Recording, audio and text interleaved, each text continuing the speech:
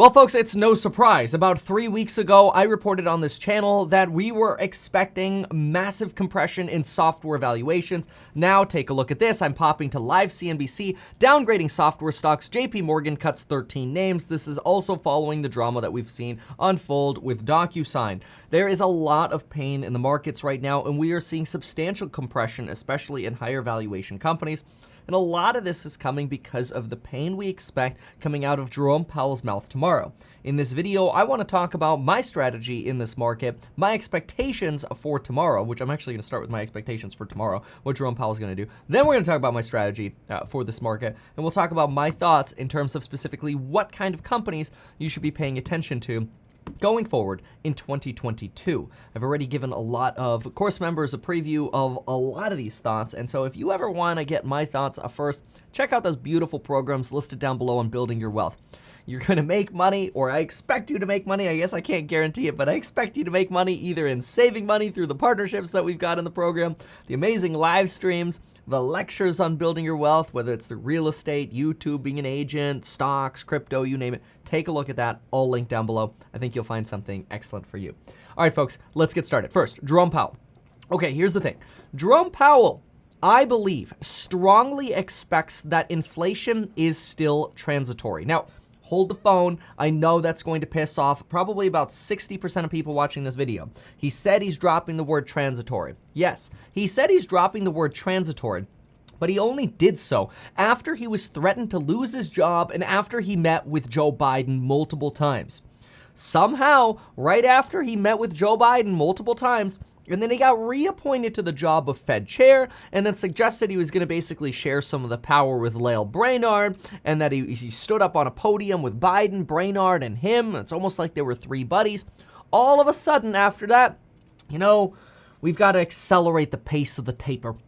We're going to retire the word transitory. This comes after more than a year of Jerome Powell being crystal freaking clear with his intentions.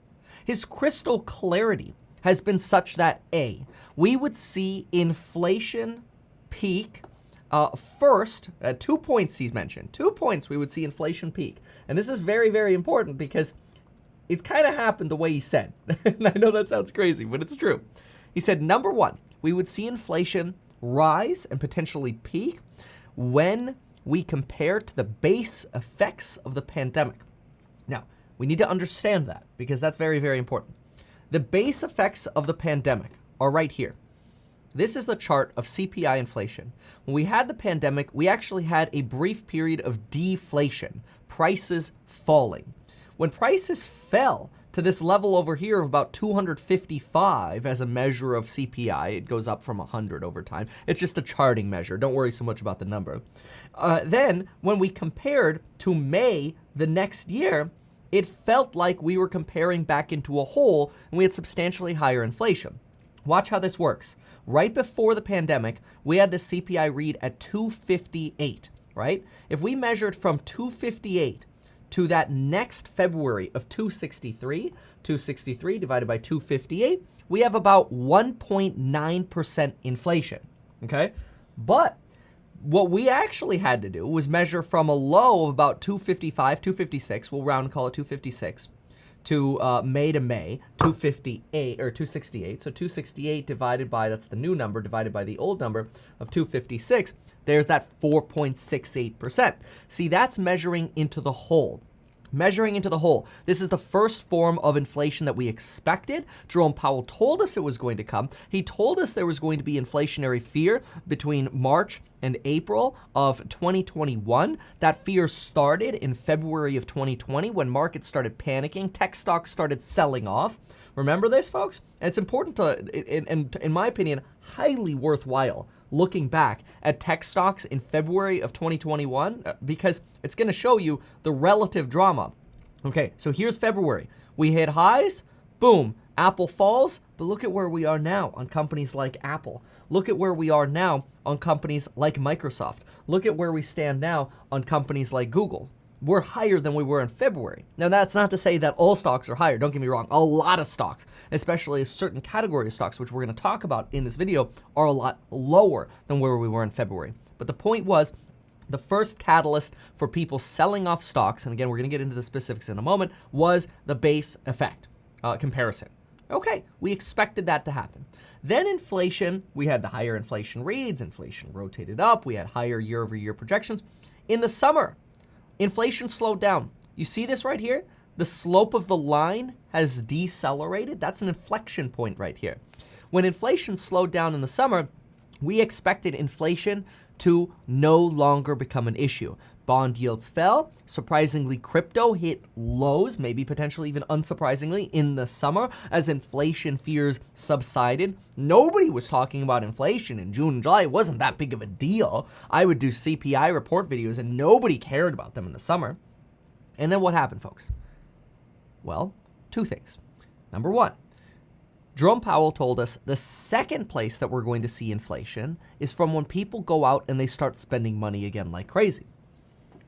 But coupled with people going out and spending money again like crazy and people not staying at home in quarantine, we got another punch in the face. And that was called Delta. The Delta variant shut down many factories in Asia and substantially backed up our ports as ports got shut down. A lot of that is not being caused by Omicron. You've got Southeast Asia, Asian countries and companies and ports. They're all like, hey, bring it on. We're ready for the next wave of COVID. We ain't shutting down again. Because what happened in the last shutdowns was a complete and utter disaster. Okay? So we don't expect to see the same sorts of shutdowns, but we got slapped with Delta.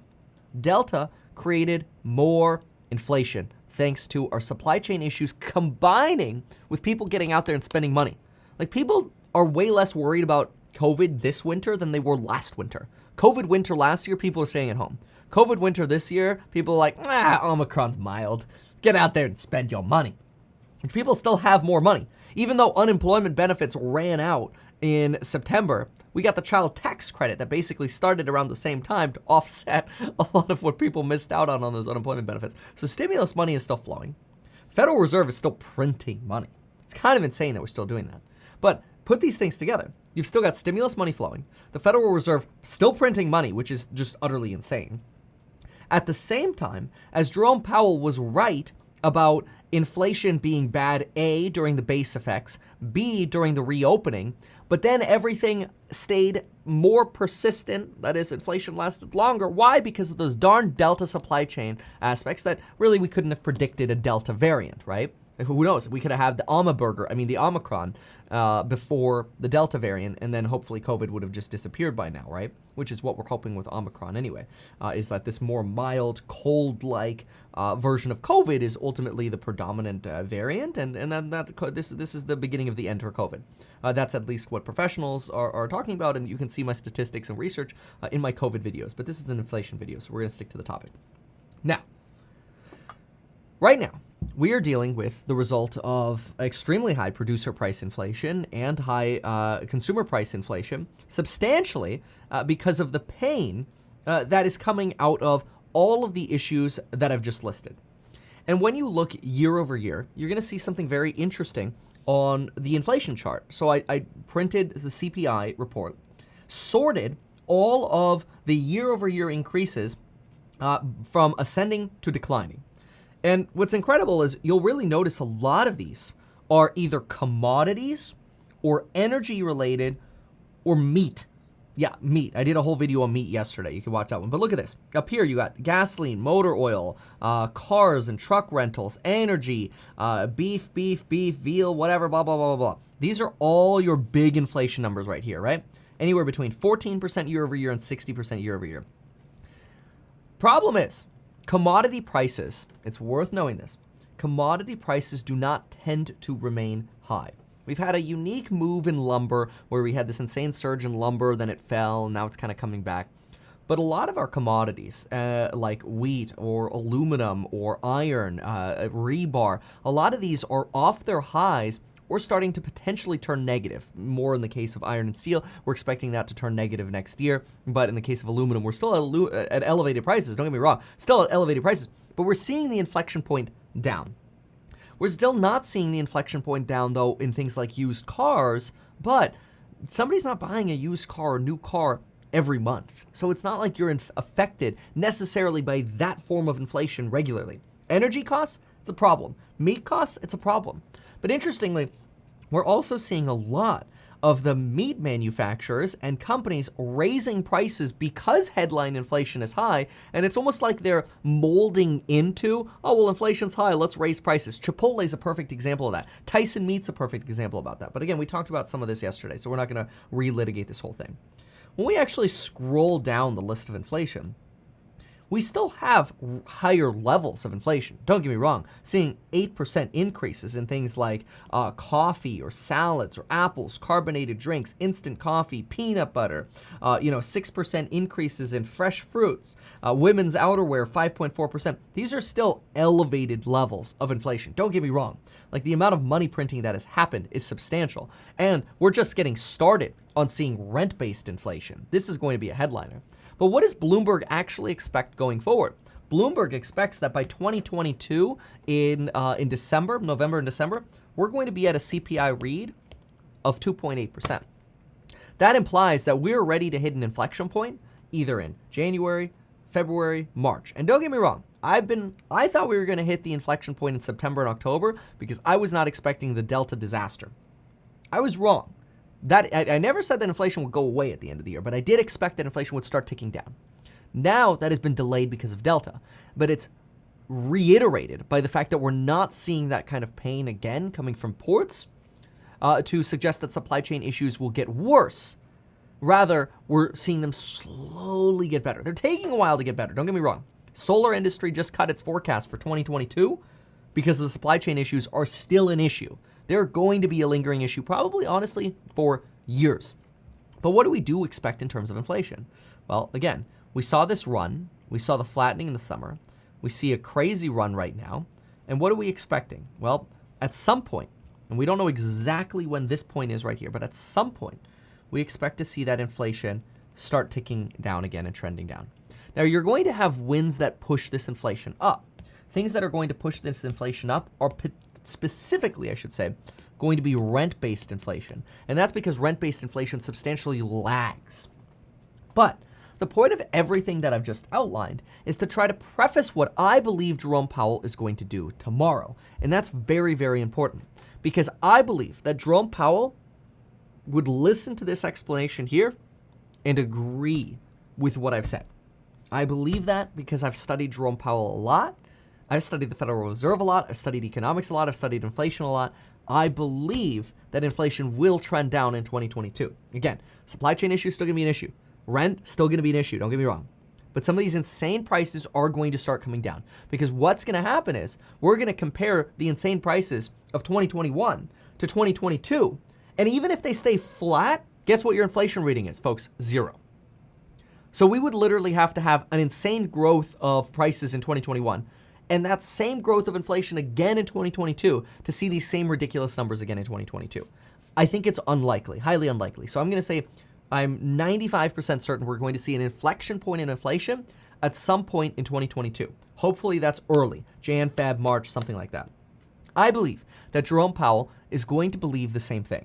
And here's what I believe that Jerome Powell is going to say tomorrow at his Federal Reserve meeting. Keeping in mind everything that I just explained about inflation, I believe he is going to agree with. And before I tell you why or what I believe that Jerome Powell is going to say, I want to make sure that you understand the bond market is literally reiterating exactly what I'm saying. So if you thought, Kevin, you're smoking crack thinking you can predict the future, you can fact check me solely by looking at the bond market. Look at 10-year treasury yields. Why is it that we have the highest inflation, CPI, and PPI reports ever that we have seen in the last 40 years? Basically ever. Certainly, at least for me. I'm not even 30 yet. I'm 29. So in fairness, I get it. Why is it that we've had the highest reports ever since, again, 40 years or so, and we have 10-year bond yields not anywhere near the highs where we were around 1.6, 1.7? If we're heading towards this 1970s great hyperinflation, shouldn't bond yields be freaking out right now? Wouldn't it make sense that people would say, why the hell would I take 1.4% on my money? I'm gonna sell those bonds because I'm gonna lose money to hyperinflation. I'm gonna sell those bonds. When you sell bonds, the price goes down. When price goes down, yield goes up. But folks, yield's not going up, yield's going down. That means people are still buying the bonds. And it's not just the Fed, it's institutions as well. This is why we're seeing yields trend down. Remember, the Fed was buying more bonds when we were actually at higher yields than they're buying now. And we're getting into the taper phase. So we're going to be buying even less and less and less. Yet the market is still continuing to buy bonds, keeping yields low. Why? Because they don't actually believe that inflation is going to remain persistent. It's a hot topic. It's wonderful for the Ben Shapiro's of the world. And this is not an insult on Ben Shapiro. I would expect nothing less from him. Okay? It makes entire sense for right individuals, as people on the right, Republicans, politicians, to bitch and complain about Joe Biden and how bad all of his policies have ruined inflation. This is not a political video, okay? I'm just saying that amplification of all of this inflation drama, I think, is overdone. And what it's doing is it's taking the flavor of the day and it's applying it to the flavor of the year. Now, I understand we've seen increasing inflation for quite a while. I get it. But at some point, we will logically see an inflection down, not just because of what I said, but also the bond market is pricing in exactly that. We do expect rates to go up in the short term. Don't kid yourself. In fact, that is where you're going to see yields going up in the short term. This is what we call the flattening of the yield curve. Short-term rates are going up. That's because we do expect the Federal Reserve to raise rates. And we're going to talk about what I think Jerome Powell is going to say. And that's why you're seeing a little bit of this movement up here in the 2-year. Actually, quite a bit of a movement up here in the 2-year, but not on the 10. It's because we expect rates to go up in the short term, but not in the longer term. We don't actually expect inflation to last. Okay, so what do we think Jerome Powell is going to say? So here's what I believe Jerome Powell is going to say and do. Number one, as of 2 months ago, we were printing $120 billion per month. We tapered by a pace of $15 billion. We expect that pace to double to $30 billion, which means we are going to go from, instead of printing 120 to printing 105 down to printing 75. So we're still going to be printing $75 billion, which is kind of insane. There is a possibility that Jerome Powell is going to accelerate that even more than expected. Would not be so ideal for markets if he accelerates more than that double. The double is priced in. But the taper is not so important. The taper is more of a signal of potentially what's to come. What's to come is a liftoff when interest rates go up. Folks, let's understand this. If we taper by a, okay, that is a weird little crayon thing. If we taper by a pace of $15 billion, the taper ends in about June, which means the earliest time that we're likely to actually raise interest rates is probably June or July. If we taper by a pace of $30 billion, we'll probably end the taper somewhere in March, which means we could see rates go up somewhere between month 3 and 4, so March and April. If we taper any faster, then that is going to move up rate expectations, and we would expect the market to react very negatively.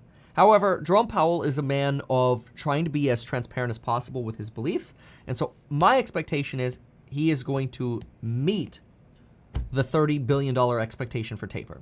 Okay, good. But what's more important is what Jerome Powell is going to say. What I believe, and this is his first big speech after getting reappointed chair, I believe Jerome Powell is going to say the following. He is going to bag on inflation.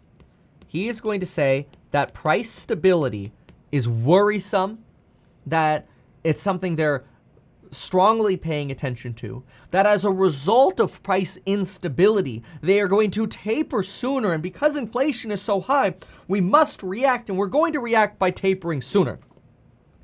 As for rates, though, we are going to complete the taper first, and we're going to watch for the incoming data before we make a decision on rates.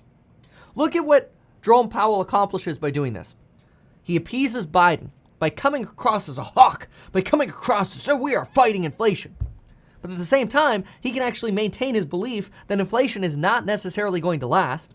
He buys himself time. He buys himself 3 to 4 months. Over 3 to 4 months, folks, we better see this, the inflection point. Because if we do not see the inflection point, you better believe rates are going up. If Jerome Powell buys himself 3 to 4 months, which I expect he will, and he's going to allude to buying himself time, but he's still going to talk tough on inflation. As long as he alludes to buying himself time and watching the data before committing to raising rates and waiting for hopefully inflation to fall, which is a very real possibility, that in Jan, Feb, or March, inflation starts ticking down. And then hopefully we see an inflection point in actual inflation readings, which if we don't, it's going to be really bad news. But if that's the case, and if that is the chart that Jerome Powell sort of lays out ahead of us, then I am hopeful that the stock market will see that as an opportunity. As an opportunity that uncertainty over the madness of what Jerome Powell is going to do tomorrow is going to be gone. He's not going to raise rates. He's not going to taper to zero right away. We don't expect that. If we got like a rate increase tomorrow or a full taper tomorrow, I think the stock market would probably crash. So I wouldn't want to blow everything that I have right now, but I do think there's an opportunity to do some dip buying because I do believe a lot of uncertainty is going to go away after Jerome Powell speaks. And that's because I expect him to lay something out like this, and maybe he's just going to soothe the market. Maybe it's just going to be kind of like aloe vera on a 3rd degree burn. Yank and a heel a 3rd degree burn with aloe vera, but it makes it feel a little bit better in the short term. Maybe he'll just end up pandering to the idea that, oh, don't worry, there's still a chance that inflation will go down. And maybe if markets react that way, we continue to get a sell-off, and we see something like what we saw at the end of 2018, where the S&P 500 sold off 20% within 3 months, only to take 3 months to recover. It created a very nice buy the dip opportunity.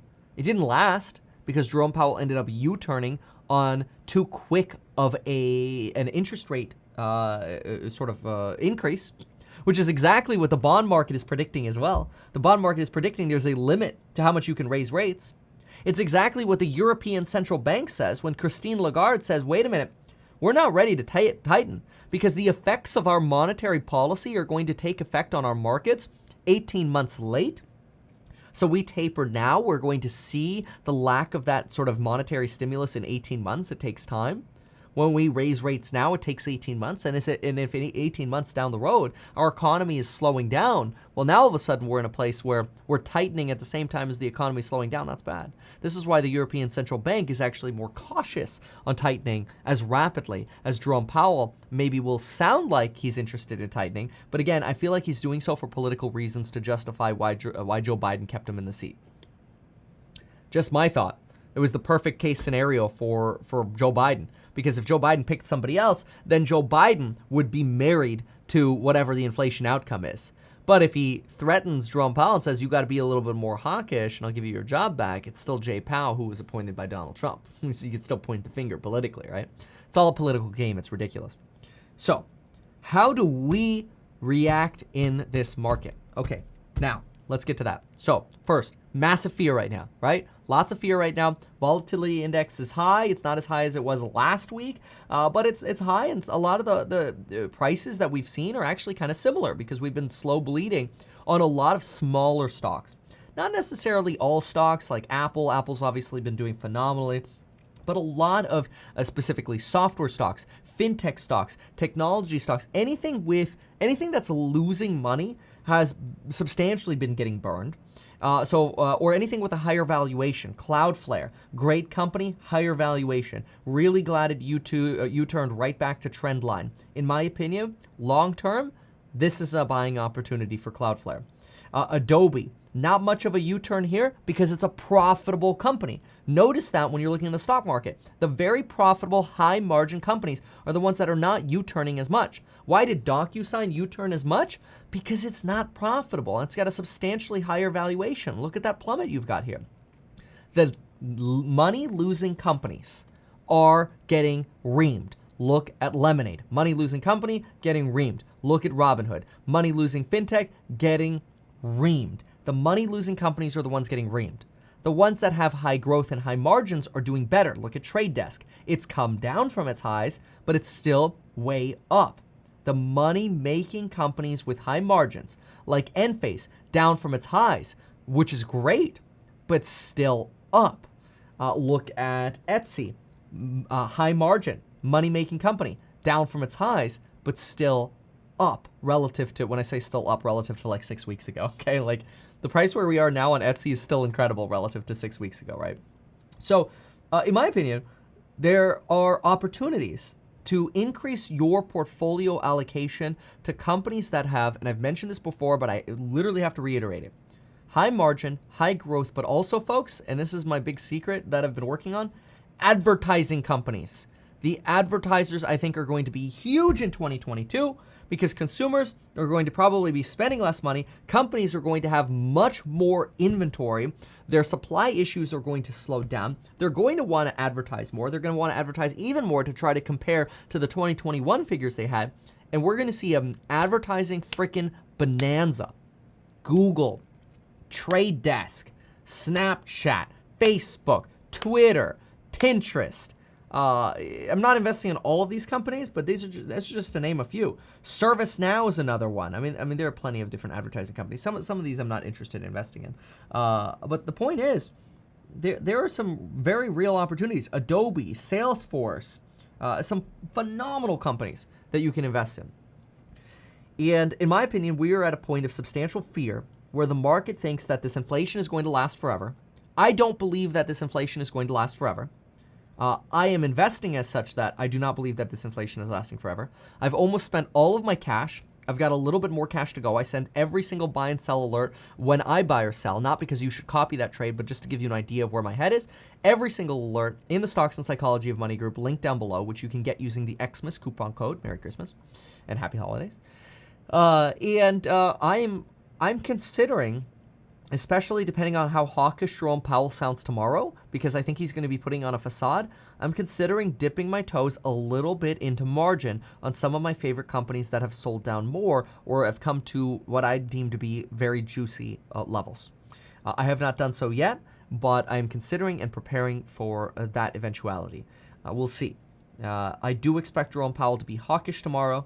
I don't think he's going to be nice to the market tomorrow. However, I think if you look for the silver lining, he's going to make it crystal clear that he's going to wait to see what the signs of inflation readings are over the next 3 to 4 months. If we continue to get high readings, going to be a problem. Rates are going to go up, bond yields are going to go up, and you'll see that reaction in the bond market very quickly. And then you know, okay, now it's really time to start getting worried. I don't think we're at that time yet. I think the time to worry was actually like 4 weeks ago, when prices were at all-time highs. And if you watch this channel, you saw me post videos about, I think the market's going to turn, I'm selling, I'm shorting, I'm taking profits, I'm closing options, I'm prepping cash. People were calling me insane for shorting ARK and prepping cash.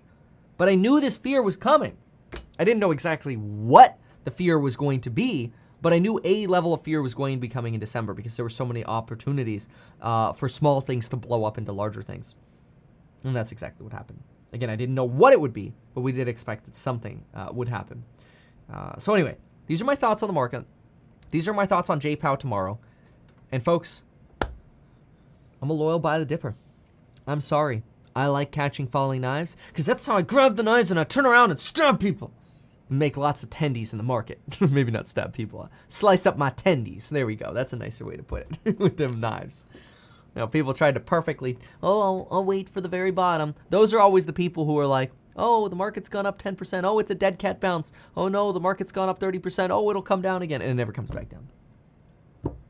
The time to buy is when there's blood on the streets. People are finally more fearful. I love it. And I'm buying. Is there more potential for more fear and fall? Absolutely.